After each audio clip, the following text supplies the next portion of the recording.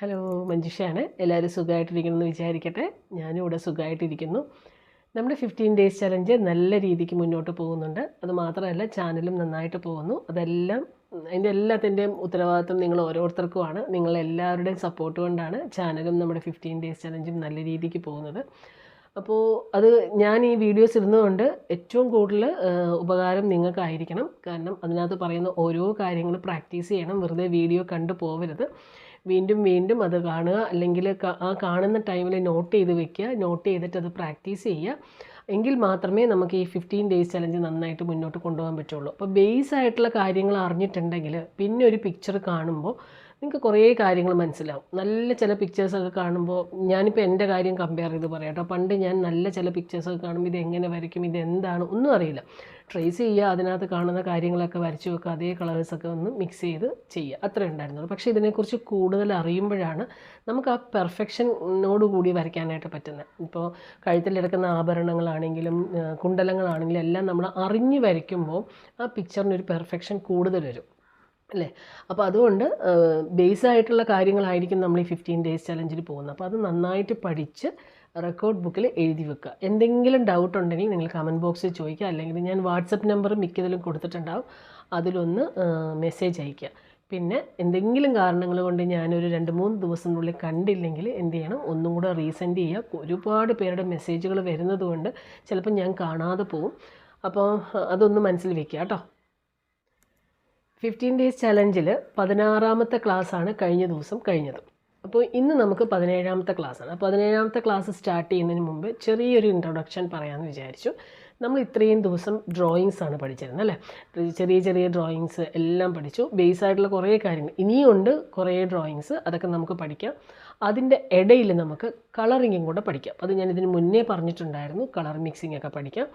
അപ്പോൾ അതിൻ്റെ മെറ്റീരിയലൊക്കെ ഒന്ന് അറിഞ്ഞിരിക്കണം. മെറ്റീരിയലൊക്കെ എന്താണെന്നുള്ളത് എൻ്റെ ഒരു വീഡിയോ ഞാൻ നെക്സ്റ്റ് ഇടുന്നതാണ്. പക്ഷേ ഇന്ന് നമുക്ക് എങ്ങനെയാണോ നമ്മൾ സ്റ്റാർട്ടിങ്ങിൽ ഹാൻഡ് ബാലൻസിങ്ങിന് വേണ്ടിയിട്ട് സർക്കിൾസും ഹൊറിസോണ്ടലും വെർട്ടിക്കലും ലൈൻസ് എല്ലാം ഇട്ടത്, അതുപോലെ തന്നെ ബ്രഷ് വെച്ചിട്ട് നമ്മൾ ചെയ്യണം. ബ്രഷ് വെച്ചിട്ട് ചെയ്യാനായിട്ട് പെയിൻ്റ് ഒന്നും ഇപ്പോൾ വേണ്ട. ഇപ്പോൾ ഒരു പെയിൻ്റ് ഒന്നും വാങ്ങേണ്ട ആവശ്യമില്ല. ഏതെങ്കിലും ഒരു പെയിൻറ്റ് കയ്യിലുണ്ടെങ്കിൽ ഒരെണ്ണം മതി. ഏതെങ്കിലും ഒരു പെയിൻറ്റ്, റെഡോ ഗ്രീനോ ബ്ലൂവോ ഏതെങ്കിലും മതി. ഏതെങ്കിലും ഒരു പെയിൻറ്റ് ഉപയോഗിച്ചിട്ട് പെയിൻറ്റിന് ബ്രഷ് ഉപയോഗിച്ചിട്ടൊന്ന് വരയ്ക്കുക. വരയ്ക്കുമ്പോൾ എങ്ങനെ വരയ്ക്കണം വീഡിയോയിൽ കാണിക്കുന്നുണ്ട്. ഇതിൻ്റെ കൂടെ ഞാൻ വീഡിയോ ഇടുന്നുണ്ട്. ഹൊറിസോണ്ടൽ ലൈൻസും വെർട്ടിക്കൽ ലൈൻസും സർക്കിൾസും വരയ്ക്കുക. നമുക്ക് ആ കൈ ഒന്ന് വഴക്കം കിട്ടണം. സർക്കിൾസും വരച്ചിട്ട് പിന്നെ മണിമാല ഡിസൈനും വരയ്ക്കണം. ഇത്രയും ചെയ്ത് പ്രാക്ടീസ് ചെയ്യുക. നന്നായിട്ട് പ്രാക്ടീസ് ചെയ്തുകൊണ്ടിരിക്കുന്നതിനിടയ്ക്ക് ഞാൻ ഡ്രോയിങ്സിൻ്റെ വീഡിയോ കൂടെ ഇടാം. അപ്പോൾ കൈ ഒന്ന് വഴങ്ങി കിട്ടുമ്പോൾ നമുക്ക് നെക്സ്റ്റ് സ്റ്റെപ്പിലേക്ക് പോവാം കേട്ടോ. അപ്പോൾ അതുകൊണ്ട് എല്ലാവരും എന്ത് ചെയ്യണം, വീഡിയോ നന്നായിട്ട് കാണുക. എന്നിട്ട് കളേഴ്സൊന്നും ഇപ്പോൾ ധൃതി പിടിച്ച് വാങ്ങേണ്ട ആവശ്യമില്ല. ഏതെങ്കിലും ഒരു കളർ കയ്യിലുണ്ടെങ്കിൽ അത് വെച്ചിട്ട് ചെയ്യാം.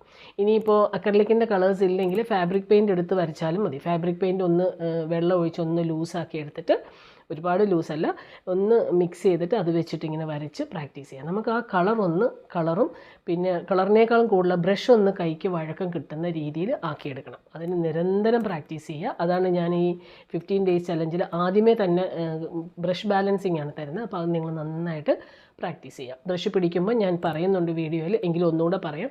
ടിപ്പിൽ പിടിക്കരുത്, പെൻസിൽ പിടിക്കുന്ന പോലെ അറ്റത്ത് പിടിക്കരുത്. അതിൻ്റെ ഏകദേശം മിഡിലിൽ പിടിച്ച് പ്രാക്ടീസ് ചെയ്യുക. ആദ്യമായിട്ട് ബിഗിനേഴ്സൊക്കെ ആണെങ്കിൽ അതിപ്പോൾ തന്നെ പ്രാക്ടീസ് ചെയ്യണം, നമുക്ക് വഴങ്ങി കിട്ടും.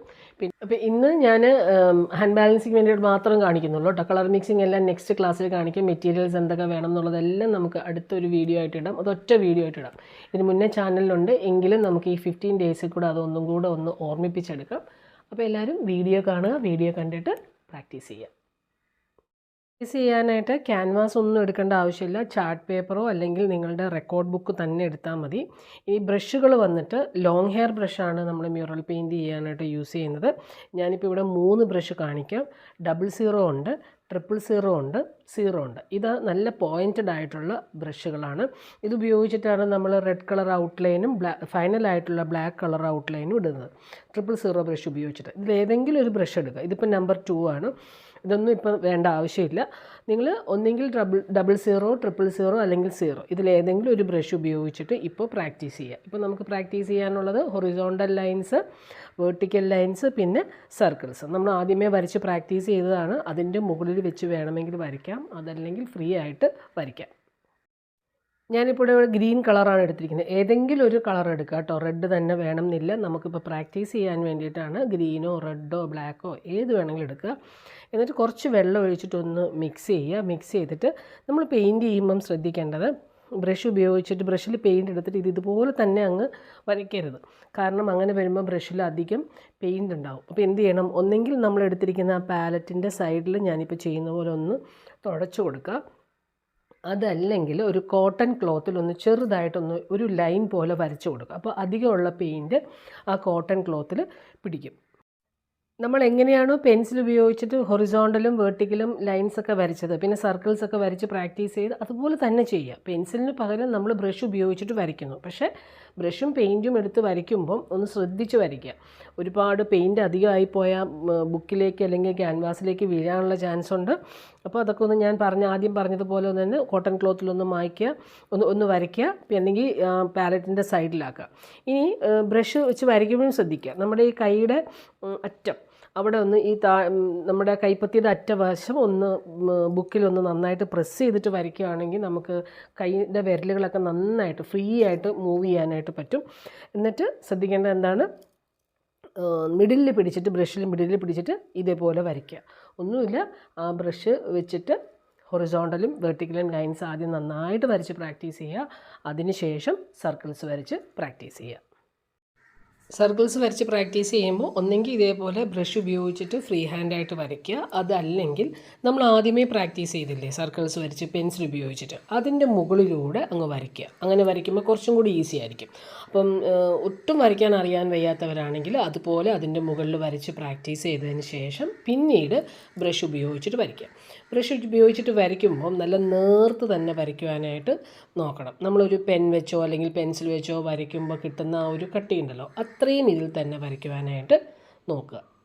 ഞാൻ ഈ കാണിച്ചിരിക്കുന്നതെല്ലാം ഒറ്റ നേരം കൊണ്ട് വരയ്ക്കാനല്ല. ആദ്യം ഹൊറിസോണ്ടൽ ലൈൻ നല്ലപോലെ വരച്ച് പ്രാക്ടീസ് ചെയ്ത് അതൊന്ന് കൈവഴക്കം കിട്ടിയെന്ന് അറിയുമ്പോൾ വേർട്ടിക്കൽ ലൈനിലേക്ക് പോവുക, വേർട്ടിക്കൽ ലൈൻ വരയ്ക്കുക.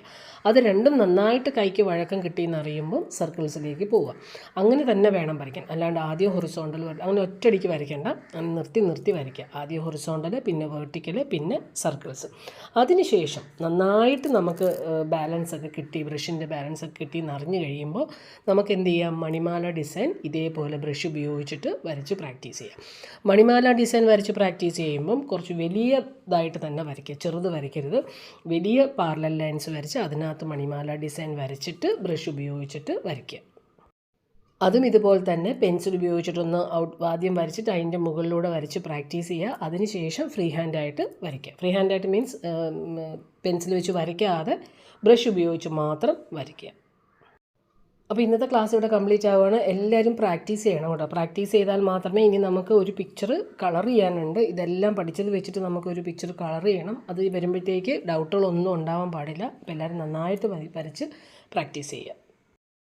അപ്പോൾ ഇന്നത്തെ വീഡിയോ എല്ലാവർക്കും ഇഷ്ടമായി കാണുമെന്ന് വിചാരിക്കുന്നു. എല്ലാവരും നന്നായിട്ട് പ്രാക്ടീസ് ചെയ്തോളൂ. എന്തെങ്കിലും ഡൗട്ട് ഉണ്ടെങ്കിൽ കമൻറ്റ് ബോക്സിൽ ചോദിക്കുക. കമൻറ്റ് ബോക്സിൽ ഞാൻ മറുപടി അയക്കുന്നതാണ്. പിന്നെയും എന്തെങ്കിലും ഡൗട്ടുകളുണ്ടെങ്കിൽ നിങ്ങളൊന്ന് വാട്സപ്പിൽ മെസ്സേജ് ചെയ്യുക. ഓക്കെ, അപ്പോൾ നമുക്ക് നെക്സ്റ്റ് വീഡിയോ ആയിട്ട് ഉടനെ തന്നെ കാണാം. Okay, by.